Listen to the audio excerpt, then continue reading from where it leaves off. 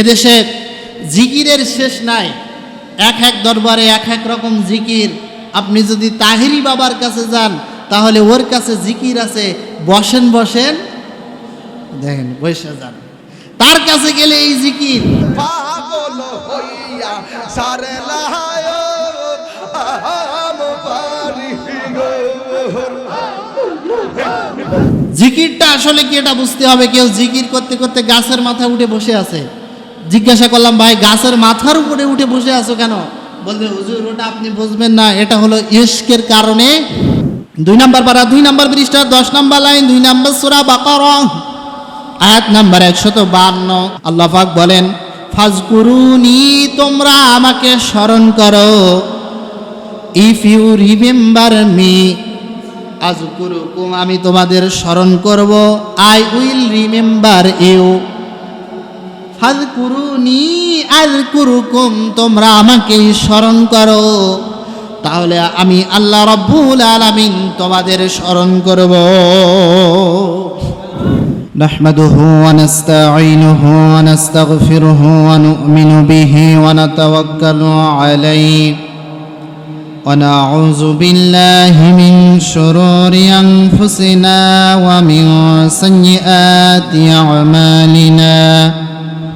من يهد الله فلا مضل له ومن يضلل فلا هادي له ونشهد أن لا إله إلا الله وحده لا شريك له ونشهد أن سيدنا وحبيبنا ومولانا محمدا عبده ورسوله الذي أرسله بالحق بشيرا ونذيرا وداعيا إلى الله بإذنه وسراجا منيرا. فقد قال الله تبارك وتعالى في كلامه المجيد والفرقانه الحميد. জবান ছেড়ে পড়ে না আউযু বিল্লাহি মিনাশ শাইতানির রাজিম। বিসমিল্লাহির রাহমানির রাহিম। ফাযকুরুনি আযকুরকুম ওয়াশকুরু লি ওয়া লা তাকফুরুন।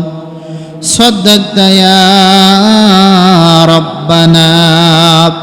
وقال تعالى في شان حبيبي إن الله وملائكته يصلون على النبي يا أيها الذين آمنوا صلوا عليه وسلموا تسليما.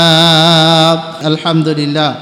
প্রিয় ভাইরা আমার, আমি আপনাদের মাঝে কোরআনুল কারীমের 2 নম্বর সূরাটির নাম সূরাতুল বাকারা এর 152 নম্বর আয়াতে কারিমা তেলাওয়াত করেছি।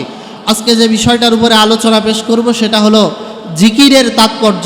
কি বললাম সবাই বলেন? জিকিরের তাৎপর্য। এদেশে জিকিরের শেষ নাই। এক এক দরবারে এক এক রকম জিকির।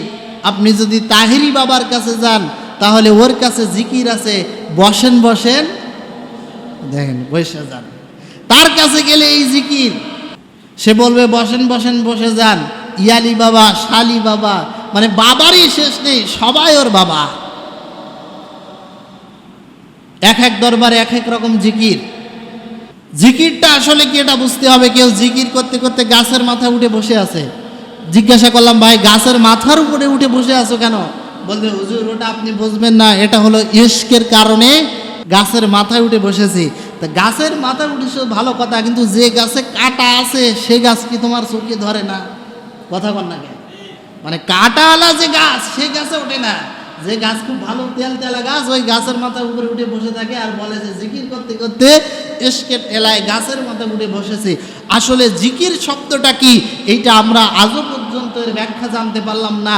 আসুন আমি আপনাদের মাঝে সেই জিকিরের মূল অর্থ এবং তাৎপর্যটা আমি আপনাদের মাঝে তুলে ধরবো আল্লাহর কোরআন থেকে, তাফসির থেকে ইনশাআল্লাহ। আল্লাহ রাব্বুল আলামিন বলেন, ফাজকুরুনি আযকুরকুম ওয়াশকুরুলি ওয়ালা তাকফুরুন। বলুন আল্লাহু আকবার। 2 নম্বর পারা 2 নম্বর পৃষ্ঠা 10 নম্বর লাইন 2 নম্বর সূরা বাকারা আয়াত নাম্বার 152। আল্লাহ পাক বলেন, ফাজকুরুনি, তোমরা আমাকে স্মরণ করো। ইফ ইউ রিমেম্বার মি আযকুরুকুম, আমি তোমাদের স্মরণ করব। I will remember you. ফাজকুরুনি আযকুরুকুম, তোমরা আমাকে স্মরণ করো, তাহলে আমি আল্লাহ রাব্বুল আলামিন তোমাদের স্মরণ করব। ওয়াশকুরুলি, তোমরা আমার শুকরিয়া আদায় করো। ওয়ালা তাকফুরুন, আমার অকৃতজ্ঞ হয়ো না। শব্দ হলো 4টা। কয়টা বলেন তো? আমার দিকে তাকান। ফাজকুরুনি আযকুরুকুম, তোমরা আমাকে স্মরণ করো, আমি তোমাদের স্মরণ করব। ওয়াশকুরুলি, তোমরা আমার শুকরিয়া আদায় করো। ওয়ালা তাকফুরুন, আমার অকৃতজ্ঞ হয়ো না। তাহলে আল্লাহ তাআলাকে যদি আমরা স্মরণ করি, আমাদের স্মরণ করবেন কে? আল্লাহ। আচ্ছা, স্মরণটা কিভাবে করবেন? আপনি যদি এখন বলেন, সবাই মিলে যদি বলেন আল্লাহু আল্লাহু আল্লাহু, বলেন আমার সাথে, আল্লাহু আল্লাহু আল্লাহু। স্মরণ করলাম কারে? জোরে কোন? কথা বুঝতে হবে। কথা যদি না বুঝেন তাহলে মসজিদের বাইরে যেয়ে ভুল বুঝবেন। তাহলে আমরা আল্লাহকে স্মরণ করলাম। আল্লাহ বলছেন ফাজকুরুনি আযকুরুকুম, আমাকে স্মরণ করো, আমি তোমাদের স্মরণ করব। তাহলে আমরা যে আল্লাহু আল্লাহু আল্লাহু বললাম, তাহলে আল্লাহ তাআলা কি ফেরেশতাদেরকে এক জায়গায় করে নিয়ে বলতেছে, শোনো বান্দারা আমার স্মরণ করেছে, ধুল গ্রামের বান্দারা, এখন আমরা আসো ওই বান্দাদের স্মরণ করি, বান্দাহু বান্দাহু বান্দাহু, এই বলতেছে নাকি? বলেন, আমার কথা কি বুঝতেছেন আপনারা? বুঝতে হবে কথা। তাহলে আল্লাহ তো বলছেন আমাকে স্মরণ করা, আমি তোমাদের স্মরণ করব। তার মানে কি? যে মুখে আপনি আল্লাহু আল্লাহু বললেন, আল্লাহ কি আপনাকে তখনই স্মরণ করছে? আসলে বিষয়টা কি, এর ব্যাখ্যা আছে না নেই? আছে। বিয়ে করেছেন, বিয়ে করার সময় কবুল বলতে হয় কয়বার? আচ্ছা, কবুল বলার পরে বউ বাড়িতে আনার পরে যদি আপনি বলেন যে এখন তুমি রান্না করো, তখন আপনার বউ কি বলবে যে কবুল যখন বলেছিলাম তখন তো কবুলের ভিতরে এই রান্না করার কথা তো ছিল না? আবার কথা বুঝতেছেন? এখন বউ আপনারে বললো যে বাজার করে নিয়ে আসো, আপনি বলতেছেন যে দেখো তোমার সাথে যখন কবুল বলি, তোমার যে বাজার করে এনে খেতে দিতে হবে, কথা তো কবুলের মধ্যে লেখা ছিল না। আসল কথা হচ্ছে কবুল শব্দটা বললেই ওর ভিতরে বাজার ঘাট করা, ওই স্ত্রীর ভরণ পোষণ দেয়া এবং ওই স্ত্রী স্বামীর আনুগত্য করাই সব কিছু কবুল শব্দের মধ্যে আছে না নেই? আছে। তাহলে এবার যখন বুঝতেছেন কথাগুলো বলতে সুবিধা হবে। তাহলে জিকির শব্দটা এরকম একটা ব্যাপক শব্দ। শুধু জিকির মানে আল্লাহু আল্লাহু বলা না, এটাও জিকির, কিন্তু মূল জিকিরের যে তাৎপর্য, এটা তাফসিরে কাবির ইমাম ফখরুদ্দিন রাজি রহমাতুল্লাহ আলাইহি সব থেকে বড় যে তাফসির গ্রন্থ, তার ভিতরে তিনি জিকিরের প্রধানত অর্থ করেছেন 5টা। জোরে বলেন কয়টা? এই 5টা অর্থ আমাদেরকে শুনতে হবে। এবার বলেন, কবুল আপনি বলে বউ বাড়িতে এনেছেন, এখন ওই কবুল কি মাঝে মাঝে জিকির করা লাগবে না ওই একবারেই হবে? একবারেই হবে এবং তার আনুগত্যশীল আপনাকে করতে হবে। আসুন জিকিরের ভিতরে কি আছে। 1 নাম্বার হলো জিকির শব্দের মেইনলি অর্থ, প্রধান অর্থ হলো জিকির মানে হচ্ছে আল্লাহর কোরআন। জিকির মানে কি? আল্লাহর কোরআন। তার মানে কোরআন তেলাওয়াত করা, এটা হলো সব থেকে উত্তম জিকির। সুবহানাল্লাহ। আল্লাহ পাক বলেন, ইন্না নাহনু নাযালনা যিকরা ওয়া ইন্না লাহু লাহাফিজুন। বলুন আল্লাহু আকবার। 14 নম্বর পারা 1 নম্বর পৃষ্ঠার 7 নম্বর লাইন 15 নম্বর সূরা, সূরাটির নাম সূরাতুল হিজর, আয়াত নাম্বার 9। আল্লাহ পাক বলেন ইন্না নাহনু নাযালনা যিকরা, নিশ্চয় আমি আল্লাহ তাআলা জিকির তথা কোরআন নাজিল করেছি। আল্লাহ বলছেন ইন্না, নিশ্চয়, নাহনু নাযালনা, আমি নাজিল করেছি, নাযালনা যিকরা, জিকির নাজিল করেছি। কি নাজিল করেছেন? জিকির। তাহলে আল্লাহ জিকির নাজিল করেছেন। এখানে জিকির মানে কি? সমস্ত মুফাসসিরিনে কেরাম এই জিকির শব্দের অর্থ করেছেন, জিকির মানে হলো কোরআন শরীফ। জিকির মানে কি? কোরআন শরীফ। তার মানে কোরআন শরীফ তেলাওয়াত করা, কোরআন শরীফের অর্থ পড়া, বোঝা এবং আমল করা, এটা হলো সর্বোত্তম জিকির। আল্লাহ বলছেন আমি জিকির তথা কোরআন নাজিল করেছি, ওয়া ইন্না লাহু লাহাফিজুন, আর আমি আল্লাহ রাব্বুল আলামিন এই কোরআনকে আমি নিজেই হেফাজত করব। সুবহানাল্লাহ বলো। পৃথিবীতে সকল মানুষ যদি কোরআনুল কারীম ধ্বংস করার জন্য মেতে উঠে, সবাই যদি কোরআনকে পৃথিবী থেকে নিচ্ছিন্ন করে দিতে চায়, আপনারা বলেন তো কোরআন কি নিচ্ছিন্ন করা যাবে? সম্ভব? একজন হিন্দু শিল্পী, নাম হচ্ছে নকুল কুমার বিশ্বাস, সে একটা গান গেয়েছে, যদি আগুন লেগে, যদি আগুন লেগে ধ্বংস হয়ে যায়, ধ্বংস হয়ে যায়, যদি আগুন লেগে ধ্বংস হয় পৃথিবীর সব বইয়ের দোকান, তবু বিশ্ব থেকে হারাবে না পবিত্র কোরআন, তবু বিশ্ব থেকে হারাবে না পবিত্র কোরআন। ওরে করবে কেমন করে কোরআন ধ্বংস?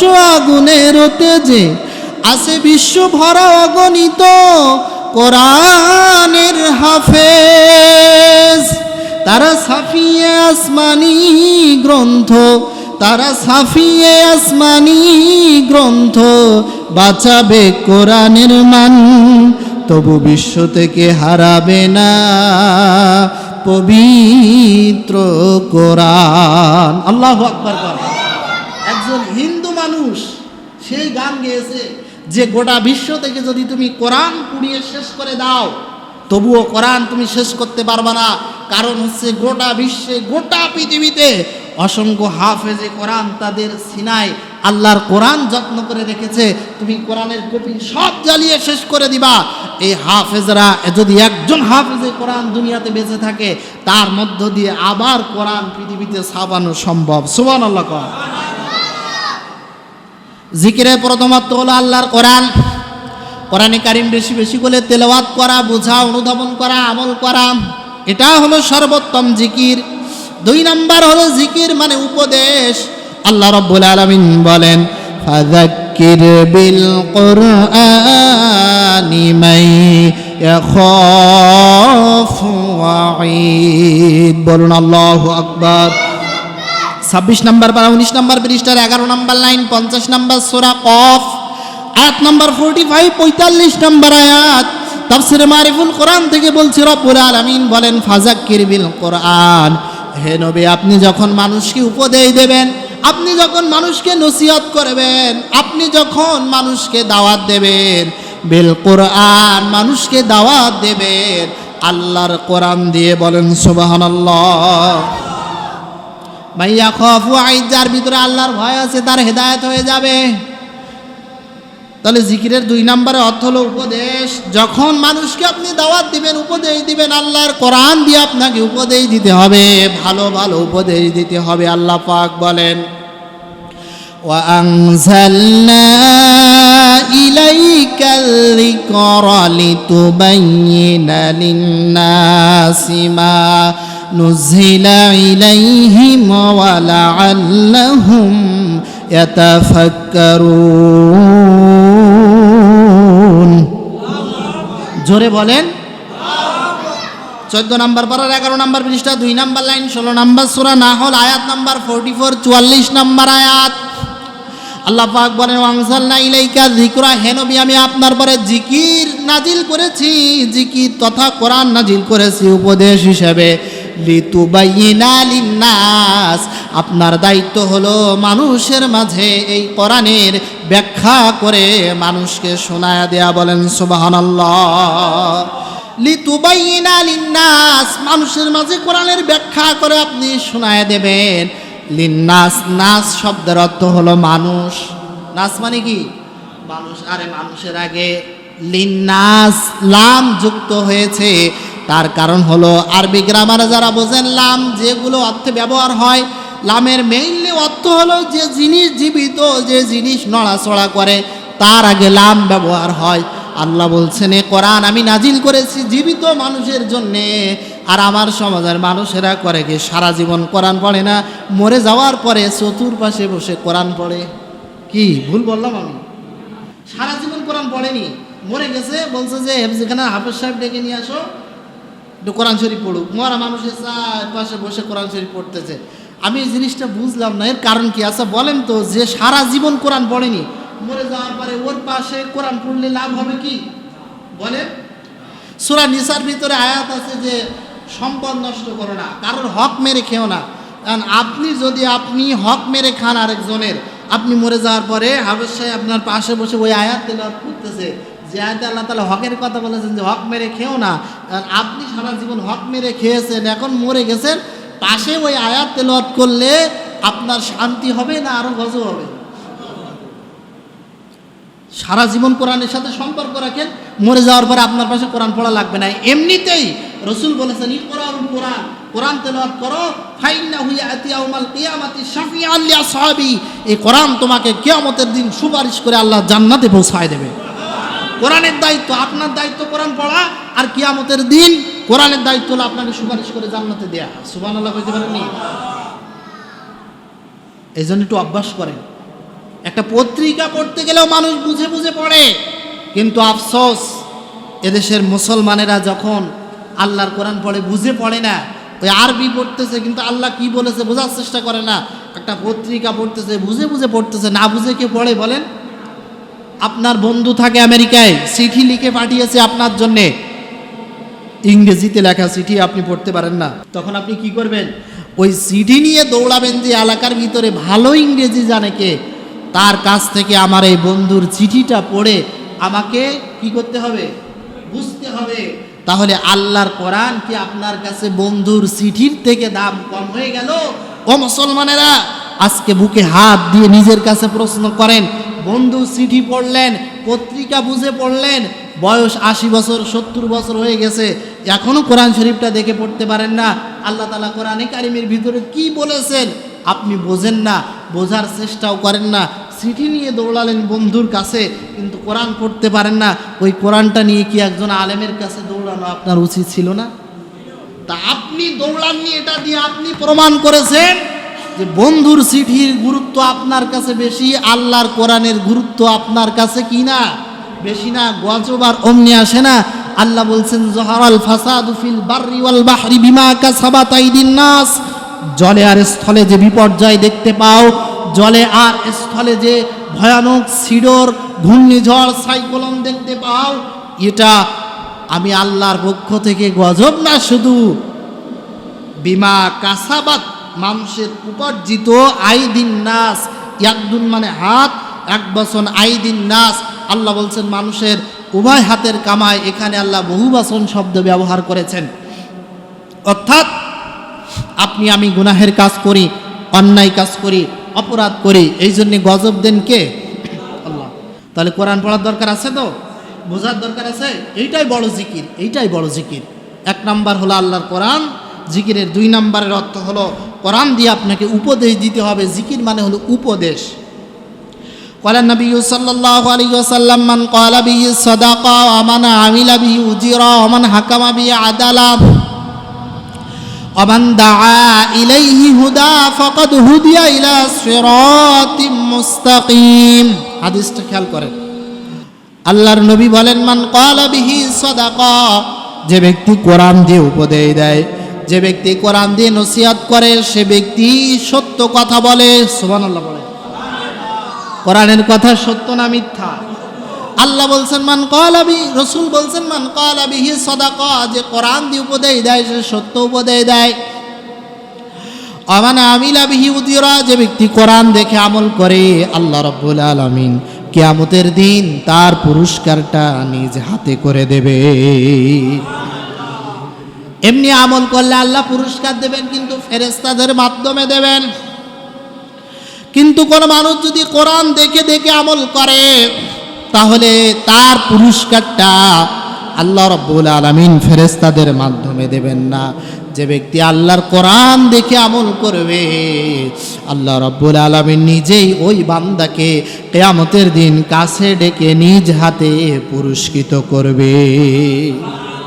মান ক্বালা বিহি সাদাকা, যে কোরআন দিয়ে উপদেশ দেয়, কথা বলে, সে সত্য কথা বলে।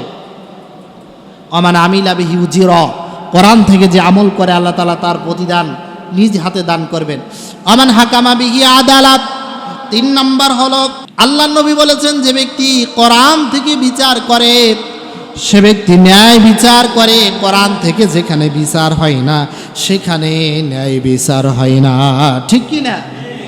নিজের জায়গা, নিজের জমি, দলিল নিজের, বাবার সম্পত্তি, তারপরেও দেখবেন অনেক সময় নিজের জায়গা নেই, নিজের বাবার ঔরাসের সম্পত্তি কেউ না কেউ জাল দলিল করে নিয়েছে, আপনার এক আত্মীয়। কি এরকম ঘটে না অনেক সময়? কোর্টের সামনে আমি দেখেছি একজন মুরব্বী মানুষ, মুখে দাড়ি, মাথায় টুপি, বয়স হয়ে গেছে, তার ওই জমির দলিলটা টেনে ছিঁড়ে ফেলেছে। তো ডাক দিয়ে বললাম, চাচা কি হলো, এটা ছিঁড়লেন কেন দলিলটা? বলছে, বাবা আমার মনে খুব কষ্ট, নিজের জায়গা, নিজের জমি, নিজের সব কিছু, তারপরও জমিটা আজকে আমি পেলাম না, সুতরাং এই দলিল রেখে আমি কি করব? মুরব্বী চোখের পানি ফেলতেছে আর এই মানে কাঁদতেছে, আর সে দলিলটা ছিঁড়ে ফেলাচ্ছে। আমি যদি আরেকজনের সম্পদ এভাবে মেরে খাই, এখন যাবেন কোথায়? বিচার তো নেই। যার কাছে বিচার দিতে যাবেন, পকেটে যদি 1000 টাকার একটা নোট ঢুকায় দেন, বিচার পাল্টিয়ে যাওয়ার সম্ভাবনা আছে না নেই? জোরে বলেন। এজন্যই তো রসুল বলেছেন আল্লাহ পাক আরশের নিচে তাদেরকে ছায়া দেবেন, ইমামুন আদিলুন, যারা ন্যায়পরায়ণ শাসক, যারা ন্যায়পরায়ণ বাদশাহ, সঠিক বিচার যারা করে, আল্লাহ রাব্বুল আলামিন কিয়ামতের দিন আরশের নিচে তাদেরকে ছায়া দেবেন। সুবহানাল্লাহ। প্রিয় ভাইরা আমার, আমান হাকামা বিহি আদালা, কোরআন দিয়ে যেখানে বিচার হবে সেখানে ন্যায় বিচার হবে, আর কোরআনের বিচার যেখানে থাকে না সেখানে ন্যায় বিচার থাকার সম্ভাবনা নাই।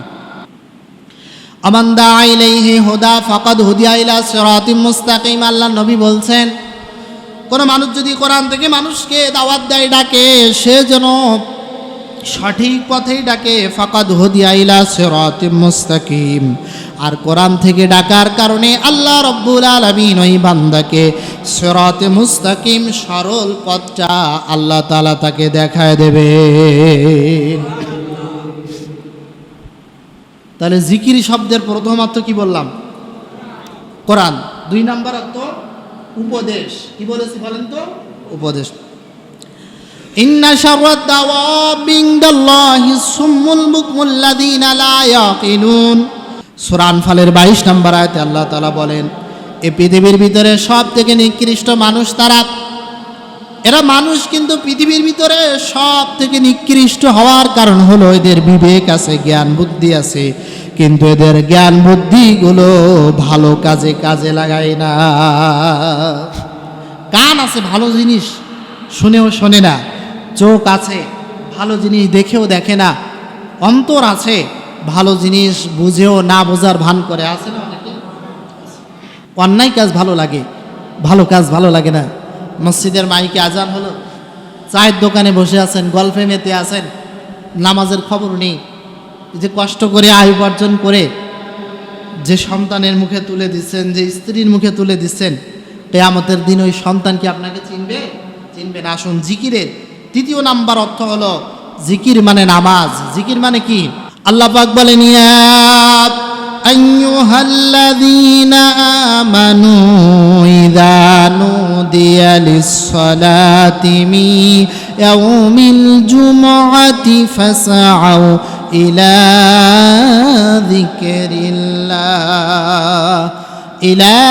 যিকরিল্লাহি ওয়া যারুল বাই' যালিকুম খায়রুল লাকুম ইন কুনতুম তা'লামুন। বলুন আল্লাহু আকবার। 28 নম্বর পারা 13 নম্বর পৃষ্ঠা 4 নম্বর লাইন 62 নম্বর সূরা। সূরাটির নাম সূরাতুল জুমআ, আয়াত নাম্বার 9। এই জুমআ সম্পর্কে আল্লাহ পাক একটা সূরা নাজিল করেছেন। এর 9 নম্বর আয়াতে আল্লাহ পাক ডাক দিয়ে বলেন, ইয়া আইয়ুহাল্লাযীনা আমানু, ও দা বিলিভার্স, যারা আমি আল্লাহকে বিশ্বাস করো, যারা আল্লাহর পরে ঈমান এনেছো, ইদা নুদিয়া লিসসালাহ, যখন তোমাদেরকে নামাজের জন্য ডাকা হবে, মিয়াউমিল জুমআ, জুমার নামাজ। কোন ওয়াক্তের নামাজ? মনে রাখবেন, জুমার আজান হওয়ার পরে সমস্ত কাজকাম করা হারাম। যদি আপনি ব্যবসা বাণিজ্য করেন, যে অর্থটা আপনি উপার্জন করছেন ওই টাকাটা কি হয়ে যাচ্ছে? হারাম হচ্ছে। কেন? ব্যবসা করা তো হালাল, কিন্তু হারাম হচ্ছে কেন? আল্লাহর বিধান, ইজা নুদিয়া লিসসালাহ মিয়াউমিল জুমআ, যখন জুমার আজান হয়, জুমার নামাজের জন্য তোমাকে ডাকা হয়, ফাসাউ ইলা যিকরিল্লাহ, দ্রুত আল্লাহর জিকিরের দিকে ধাবিত হও। ইলা যিকরিল্লাহ, এখানে যিকরুন, যিকরিল্লাহ, আল্লাহর জিকিরের দিকে ধাবিত হও বলতে মুফাসসিরিনে কেরামে আয়াতের তাফসীর করেছেন। এখানে জিকির শব্দের অর্থ হলো নামাজ। জিকির মানে কি? নামাজ। আল্লাহ বলছেন জুমার আজান যখন হয়ে যায় আর 1 সেকেন্ড দেরি করা যাবে না, সাথে সাথে কার ডাকে সাড়া দিতে হবে? আল্লাহর ডাকে। আপনি হালাল জিনিস ব্যবসা করা হালাল, আজান হওয়ার পরে যদি ব্যবসা করে উপার্জন করেন হারাম। আজান হওয়ার পরে যেই কাজটা করবেন তা দিয়ে উপার্জন করলে সেটা আর হালাল হবে না। এই ঘোষণা কার? আল্লাহ। এই জন্যে আল্লাহ পাক বলছেন যে নামাজের দিকে ধাবিত হও, ফাসআউ মানে দৌড়ায় দৌড়ায় আসো, দ্রুত অ্যাডভান্স হও, ইলা যিকরিল্লাহ, আল্লাহর জিকিরের দিকে ধাবিত হও, তার মানে জুমার নামাজের জন্য তৈরি হও। ওয়াজারুল বাই, বেচা কেনা থাকলে ছেড়ে দাও। যালিকুম খায়রুল লাকুম, এটা তোমাদের জন্য কল্যাণকর, এটা তোমাদের জন্য মঙ্গলজনক। ইন কুনতুম তা'লামুন, যদি তোমরা বুঝতে পারো। সুবহানাল্লাহ। আল্লাহ নবী বলেছেন, আউয়ালু মা ইউহাসাবু বিহিল আবদু ইয়াউমাল কিয়ামাতিস সালাত, কিয়ামতের দিন যখন বান্দাকে আল্লাহর সামনে দাঁড় করানো হবে, আল্লাহ তাআলা তো বান্দাকে প্রশ্ন করবেন। তার মধ্যে আল্লাহ রাব্বুল আলামিন বান্দাকে সর্বপ্রথম যেই প্রশ্নটা করবেন সেটা হলো নামাজ। কিসের প্রশ্ন করবেন? রাসূল বলেছেন যে আল্লাহ তাআলা কিয়ামতের দিন সর্বপ্রথম বান্দাকে প্রশ্ন করবেন যে নামাজের ব্যাপারে। আপনার যদি নামাজ ঠিক থাকে তাহলে আপনি আল্লাহর কাছে নাজাত পেয়ে যাবেন, আর নামাজেই যদি আপনি ধরা খেয়ে যান তাহলে বিপদ আছে না? জিকিরের 4th নাম্বার অর্থ হলো আল্লাহর আইন, আল্লাহর বিধান। কোরআনে কারীম জানিয়েছে, ওয়ামান আ'রাদা আন যিকরি ফাইন্না লাহু মাঈশাতান দানকা ওয়া নাহশুরুহু ইয়াওমাল কিয়ামাতি আ'মা ক্বালা রাব্বি লিমা হাশারতানি আ'মা ওয়া ক্বাদ কুনতু বাসীরা। বলুন আল্লাহু আকবার। আল্লাহ পাক বলেন, ওয়ামান আ'রাদা আন যিকরি, যে ব্যক্তি আমার জিকির থেকে মুখ ফিরায় নেবে। আই রিপিট, আমি আবারও বলছি, ওয়ামান আ'রাদা আন যিকরি, যে ব্যক্তি আমার জিকির থেকে মুখ ফিরায় নেবে। এখানে জিকিরের অর্থ হলো আল্লাহর বিধান, আল্লাহর আইন। যে ব্যক্তি আল্লাহর আইন থেকে নিজেকে মুখ ফিরায় নেবে, ফাইন্না লাহু মাঈশাতান দানকা, আল্লাহ তাআলা তাকে কিয়ামতের দিন হাসরে সংকীর্ণ অবস্থায় উঠাবেন। ওয়া নাহশুরুহু ইয়াউমাল কিয়ামাতি আ'মা, আর কিয়ামতের দিন আল্লাহ রাব্বুল আলামিন তাকে অন্ধ করে হাসরের মাঠে তুলবেন। লোকটা বলবে, ক্বালা রাব্বি, হে আমার প্রতিপালক, লিমা হাশারতানি আ'মা, কেন আমাকে অন্ধ করে তুলেছেন? ওয়া ক্বাদ কুনতু বাসীরা, দুনিয়াতে না আমার 2টা সুন্দর চক্ষু ছিল। আল্লাহ তাআলা বলবেন, দুনিয়াতে তুমি আমার বিধানকে ভুলে গিয়েছিলে। আল্লাহর আইন সমাজে প্রতিষ্ঠা হোক, কোরআনের আইন সমাজে প্রতিষ্ঠা হোক, তুমি এটা চাও নাই, যার কারণে দুনিয়াতে তোমার চোখ থাকার পরেও আমি আল্লাহ পাক কিয়ামতের দিন তোমাকে অন্ধ করে হাসরে তুললাম। নাউজুবিল্লাহ বলেন। আল্লাহর বিধান ভুলে গেলে বিপদ আছে না? জিকিরের 5 নম্বরের অর্থ হলো স্মরণ করা। কি স্মরণ? দেখেন, ফাযকুরুনি আযকুরকুম ওয়াশকুরুলি ওয়ালা তাকফুরুন। বলুন আল্লাহু আকবার।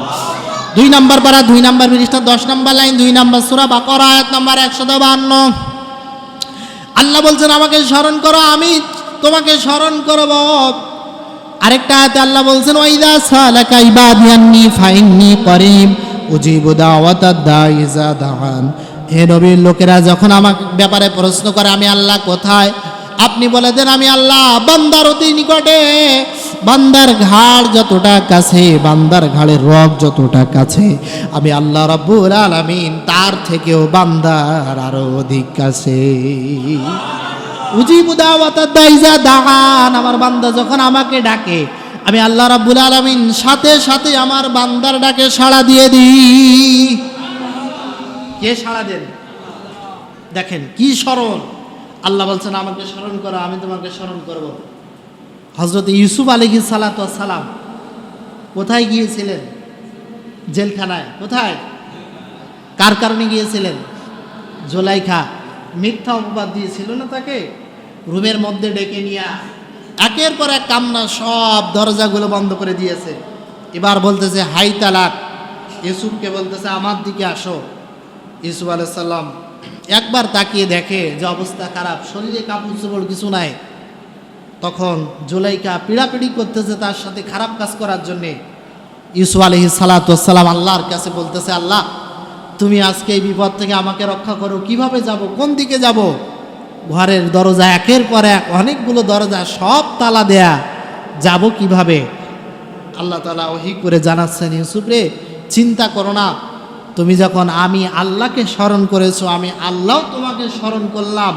ঘরের দরজার দিকে দৌড় দাও, আল্লাহর নাম নিয়ে দৌড় দেওয়ার দায়িত্ব তোমার, দরজার গেটগুলো খুলে দেওয়ার দায়িত্ব আমি আল্লাহ। তিনি কি করলেন? সাথে সাথে ঘরের দরজার দিকে দৌড় দিলেন। প্রতিটা দরজার পাশে যখনই গেলেন সাথে সাথে গেটগুলো খুলে গেল। এভাবে তিনি বের হয়ে গেলেন। বলেন তো তিনি ডেকেছেন কাকে? সাড়া দিয়েছেন না আল্লাহ? এই ডাকা শুধু মুখে আল্লাহু বললেন জবানে, এই ডাকা না, এটা অন্তরের ডাকা। কিসের ডাকা? অনেকে বলে হুজুর এত দোয়া করি, কোনো দোয়া তো কবুল হয় না। ডাকার মতন ডাকেন, মৌখিকটা অন্তর থেকে ডাকেন, চোখের পানি ফেলায় অনুতপ্ত হয়ে আল্লাহর কাছে কাঁদেন, আল্লাহকে বলেন, ডাক শুনবেন কে? হযরত ইউনূস আলাইহিস সালাতু ওয়াস সালাম গভীর সাগরের ভিতরে, মাছ তাকে গিলে ফেলেছে। তিনটা অন্ধকার, পানির নিচের অন্ধকার, আবার ওখানে গভীর অন্ধকার, মাছের পেটের অন্ধকার। এই কঠিন পরিস্থিতির ভিতরে ইউনূস আলাইহিস সালাতু ওয়াস সালাম সময় গড়িয়ে গেল। আল্লাহর নবী ইউনূস আলাইহিস সালাতু ওয়াস সালাম আল্লাহকে ডেকে বললেন লা ইলাহা ইল্লা আনতা সুবহানাকা ইন্নী কুনতু মিনাজ জালিমিন। সুবহানাল্লাহ। তিনি যখন ডাকলেন আল্লাহ তুমি এই বিপদ থেকে আমাকে রক্ষা করো, আল্লাহ রাব্বুল আলামিন সাথে সাথে ইউনূস আলাইহিস সালাতু ওয়াস সালামকে বললেন তুমি যেভাবে আমাকে ডেকেছো তোমার এই ডাকটা আমার এত পছন্দ হয়েছে, আমি আল্লাহ রাব্বুল আলামিন তোমাকে মাছের পেট থেকে মুক্তি দান করলাম। আল্লাহকে ডাকেন, আল্লাহকে স্মরণ করেন, মন থেকে স্মরণ করেন, সিজদায় পড়ে স্মরণ করেন। নামাজ পড়বেন না, বছরে একদিন যে মাজারে যেয়ে সিজদা দেবেন আর বসে যান গাছের মাথায় উঠবেন, ওইটা জিকির না। ওইটা কি জিকির? নামাজ আদায় করেন, নামাজ আদায় বড় জিকির। কোরআন তেলাওয়াত করেন, বড় জিকির। কোরআনের আমল করেন, এটা বড় জিকির। আল্লাহর আইন সমাজে প্রতিষ্ঠার জন্য কাজ করেন, এটা বড় জিকির। মানুষকে উপদেশ দেন, সৎ উপদেশ দেন, এটাও আল্লাহর জিকির। পারিবারিক জীবনে জিকির হলো সন্তানকে দ্বীনের পথে পরিচালিত করা। আপনার সন্তান মদ খায়, গাঁজা খায়, আল্লাহর বিধান মানে না, ওই সন্তানকে দ্বীনের দাওয়াত দেন, সন্তানকে আল্লাহর পথে নিয়ে আসেন, এটা পারিবারিক জীবনে জিকির। অর্থনৈতিক জীবনে জিকির হলো আপনার টাকা পয়সা সম্পদ আপনি কোনো খারাপ রাস্তায় খরচ করবেন না, বাজে রাস্তায় খরচ করবেন না, আল্লাহর দ্বীনের জন্য খরচ করবেন, এটা অর্থনৈতিক জীবনে জিকির। রাষ্ট্রীয় জীবনে জিকির হলো কোরআনের আইন সমাজে বাস্তবায়ন করা, কোরআনের আইন দিয়ে সমাজ পরিচালিত হোক তার জন্যে কাজ করা, এটা রাষ্ট্রীয় জীবনে জিকির। এভাবে প্রতিটা জীবনে আল্লাহ রাব্বুল আলামিনের স্মরণটা যদি আপনি আমি করতে পারি, অন্তর থেকে যখনই আল্লাহকে ডাকবেন, যখনই বিপদে পড়ে আল্লাহকে ডাকবেন, আল্লাহ রাব্বুল আলামিন আপনার ডাকে সাড়া দেবেন। সুবহানাল্লাহ বলেন। আল্লাহ রাব্বুল আলামিন আমাদের সবাইকে আল্লাহর জিকিরকে, আল্লাহকে স্মরণ করাকে, আল্লাহর বিধান মানাকে আল্লাহ পাক আমাদের জন্য সহজ করে দিন এবং আমরা সকলে আল্লাহর বিধান মেনে দুনিয়ার জীবনে এবং পরকালীন জীবনে সুখী জীবন লাভ করতে পারে আল্লাহ পাক তৌফিক দান করেন। বলেন আল্লাহুম্মা আমিন। হাযা মা ইনদি ওয়াল ইলমু ইনদাল্লাহ আলাইহি তাওয়াক্কালতু ওয়া ইলাইহি উনীব। আসসালামু আলাইকুম ওয়া রাহমাতুল্লাহি ওয়া বারাকাতুহু।